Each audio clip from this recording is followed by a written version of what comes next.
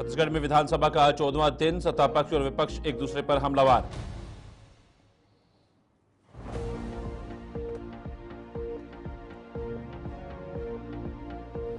विधानसभा में उठा पुलिस भर्ती का मुद्दा, डिप्टी सीएम विजय शर्मा ने कांग्रेस पर किया पलटवार। अन्य मुद्दों पर भी डिप्टी सीएम ने दिया बयान।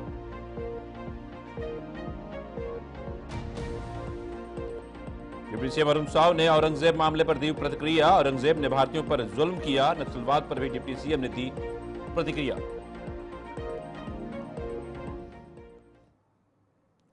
नमस्कार, छत्तीसगढ़ खास खबरें देखने आप सब, मैं हूं आपके साथ साहिल कीर्तनी। पत्रकार मुकेश चंद्रकाकर हत्याकांड के मुख्य आरोपी सहित शामिल सभी आरोपी रिमांड पर जेल में बंद हैं। वहीं पुलिस 1000 पन्नों की चार्जशीट लेकर कोर्ट पहुंची, जिसमें वीडियो कॉन्फ्रेंसिंग के माध्यम से सभी हत्या आरोपी जुड़ेंगे। बताते चले कि सड़क निर्माण में अनियमितता की खबर को मुकेश चंद्रकाकर ने प्रमुखता से प्रकाशन किया था। कवरेज के बाद षड्यंत्र पूर्वक पत्रकार की हत्या कर दी गई थी। विभाग की अपनी बात रखी है, उनके विभाग ने, और इन्होंने कहा इसको एक बार जरूर मैं इसको देखूंगा, क्योंकि हमने स्पष्ट कहा है विपक्ष जब अपना विपक्ष का धर्म का पालन ही नहीं कर पा रहे हैं।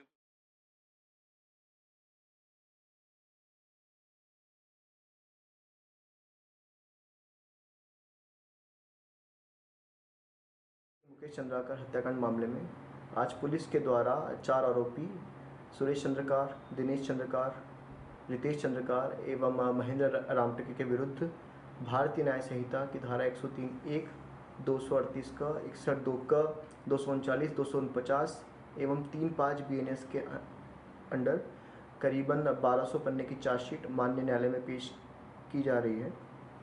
साथ ही साथ पूरी इन्वेस्टिगेशन के दौरान काफ़ी बारीकी से डिजिटल एवं फिजिकल एविडेंसेस को देखा गया है और उन्हें इस केस में केस डायरी में प्रॉपर तरीके से इंक्लूड किया गया है। साथ ही साथ हमारे द्वारा पूरी कोशिश ये है कि जो चारों आरोपी हैं उन्हें माननीय न्यायालय के द्वारा कठोर से कठोर सजा दी जाए। विभाग के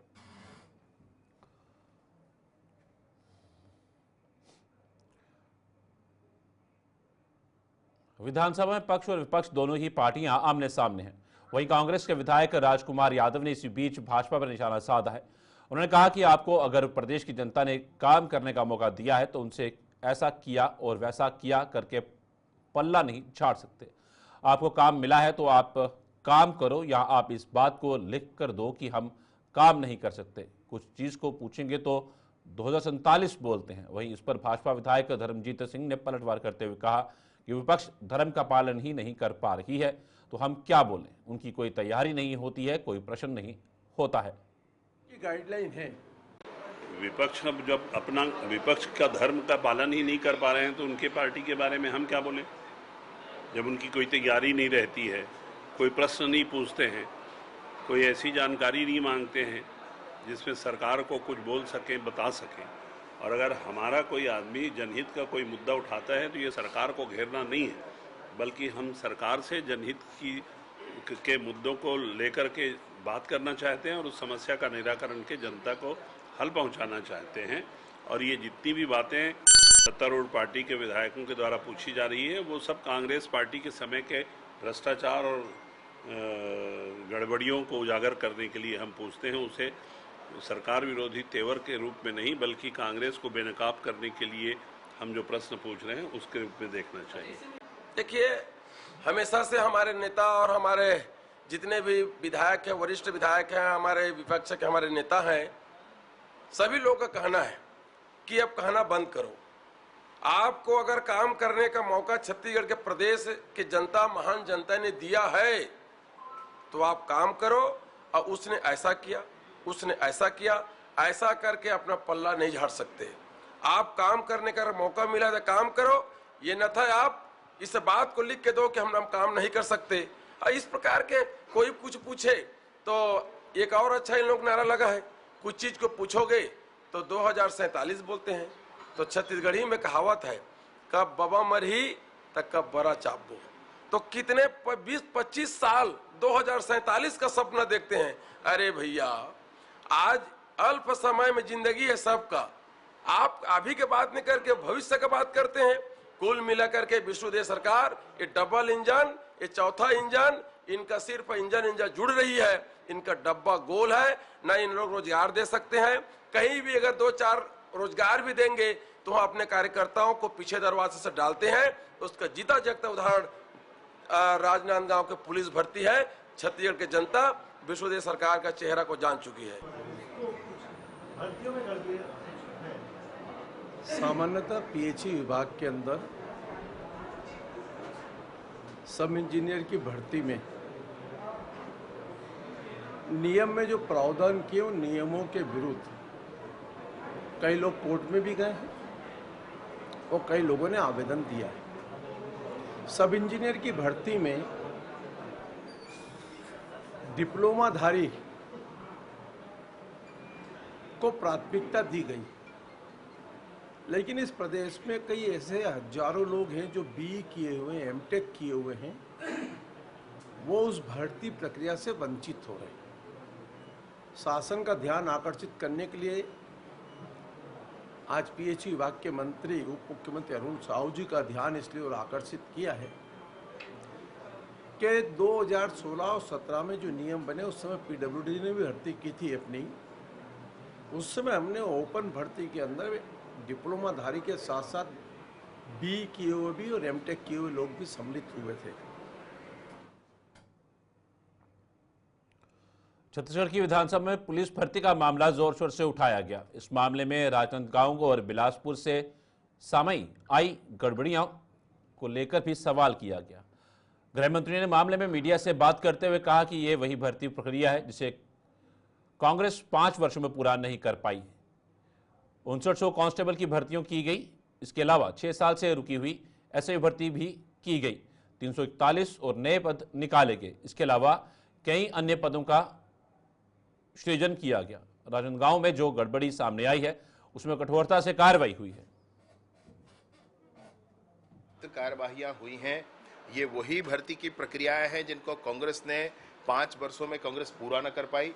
वर्तमान में भर्ती की स्थिति में आप देख लें कि हमारे यहाँ 5900 कांस्टेबल की भर्तियां हैं। हम लोगों ने इनके 6 साल से रुके हुए सब इंस्पेक्टर की भर्ती की प्रक्रिया पूर्ण कर उनकी प्रशिक्षण करवाए जा रहे हैं। अब विभाग को कम से कम उतने अधिकारी मिलेंगे। 341 हम लोगों ने नए पद और निकाले हैं। हमने 1500 महिलाओं के पद नगर सेना में निकाले हैं। 500 नगर सेना में और सामान्य पद निकाले हैं। उनकी भर्ती प्रक्रिया चल रही है। और आज मैं आपको सदन में और अवगत कराऊंगा कि कितने और पदों का सृजन किया गया है जिनके माध्यम से अभी आगे भर्ती की प्रक्रियाएं चलेंगी। ये सारी भर्ती की प्रक्रियाएं शुचिता के साथ चल रही हैं। वहां जो आरोप लगाया गया है उसमें राजनांदगांव में कठोरता से कार्रवाई हुई है। जितने भी प्रक्रिया वहां हुई थी सबको समाप्त करके, भंग करके, और उस नई भर्ती की प्रक्रिया राजनांदगांव जिले की भर्ती की प्रक्रिया छुईखदान में चल रही, खैरागढ़ छुईखदान जिले में चल रही है, क्योंकि रेंज वही है परंतु जिला बदलना था। और वो जो वहां पर एक आरक्षक की उप मुख्यमंत्री अरुण साहू पत्रकारों से चर्चा करते हुए नागपुर में औरंगजेब समाधि मामले में झड़पों में 20 लोगों के घायल होने पर कहा कि पूरी दुनिया जानती है कि वे आक्रांता रहे हैं और जिस प्रकार से जुल्म उन्होंने भारतीयों के ऊपर किया वे सर्वविदित है। इसलिए किसी को भी औरंगजेब के प्रति या श्रद्धा रखने की कोई कारण नहीं बनता है। मुख्यमंत्री विष्णुदेव साय का आज दिल्ली दौरे में केंद्रीय गृह मंत्री अमित शाह एवं प्रधानमंत्री नरेंद्र मोदी से मुलाकात करके नक्सलवाद पर होने वाली चर्चा को लेकर उप मुख्यमंत्री ने कहा कि जिस तरह से प्रधानमंत्री नरेंद्र मोदी के नेतृत्व में केंद्रीय गृह मंत्री अमित शाह ने मार्च 2026 तक देश को बस्तर को नक्सल मुक्त बनाने का बीड़ा उठाया है, उस दिशा में हर तरह के प्रयास किए जा रहे हैं।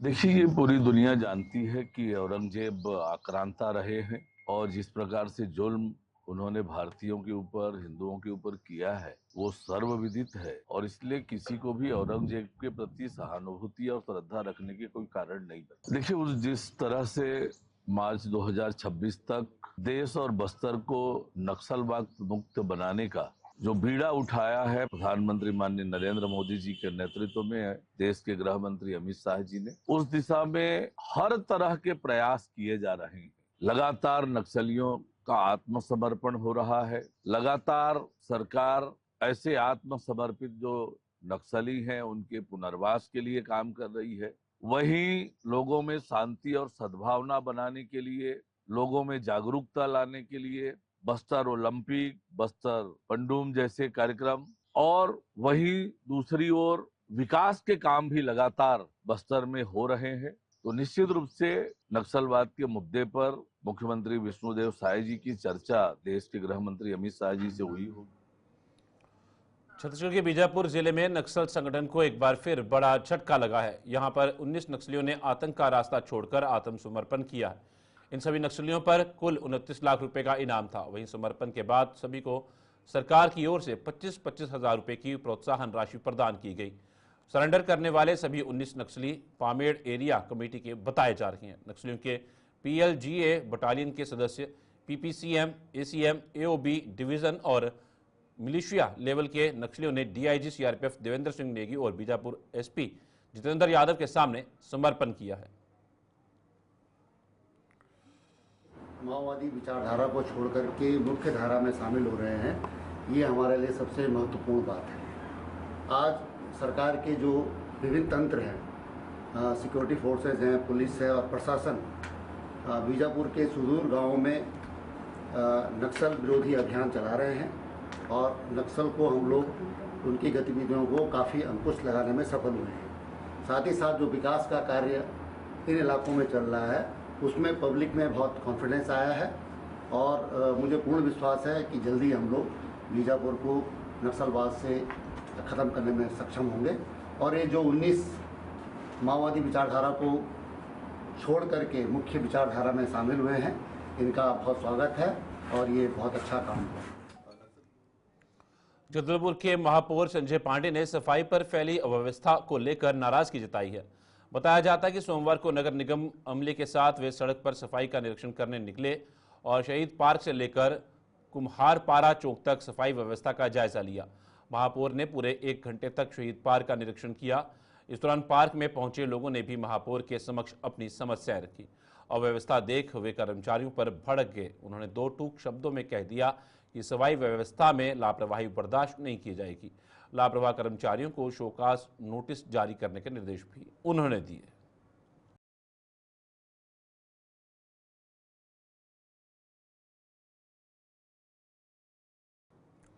राजधानी रायपुर के खमहारडी थाना क्षेत्र अंतर्गत से एक मामला सामने आया है जिसमें लूटपाट का विरोध कर रहे युवकों द्वारा एक लुटेरे की मौत हो गई है। पूरा मामला रायपुर के कचना इलाके का है, जहां मृतक देर रात अपने साथियों के साथ प्रीतम साहू और ओम प्रकाश यादव को चाकू दिखाकर लूटने का प्रयास कर रहा था। इस दौरान हाथापाई में एक लुटेरे उमेंद्र साहू की मौत हो गई। फिलहाल पुलिस ने आरोपी प्रीतम और ओम प्रकाश को हिरासत में ले लिया है और दोनों पक्षों पर लूट और हत्या के प्रयास की धाराओं में मामला दर्ज कर आगे का विवेचना में कर रही है।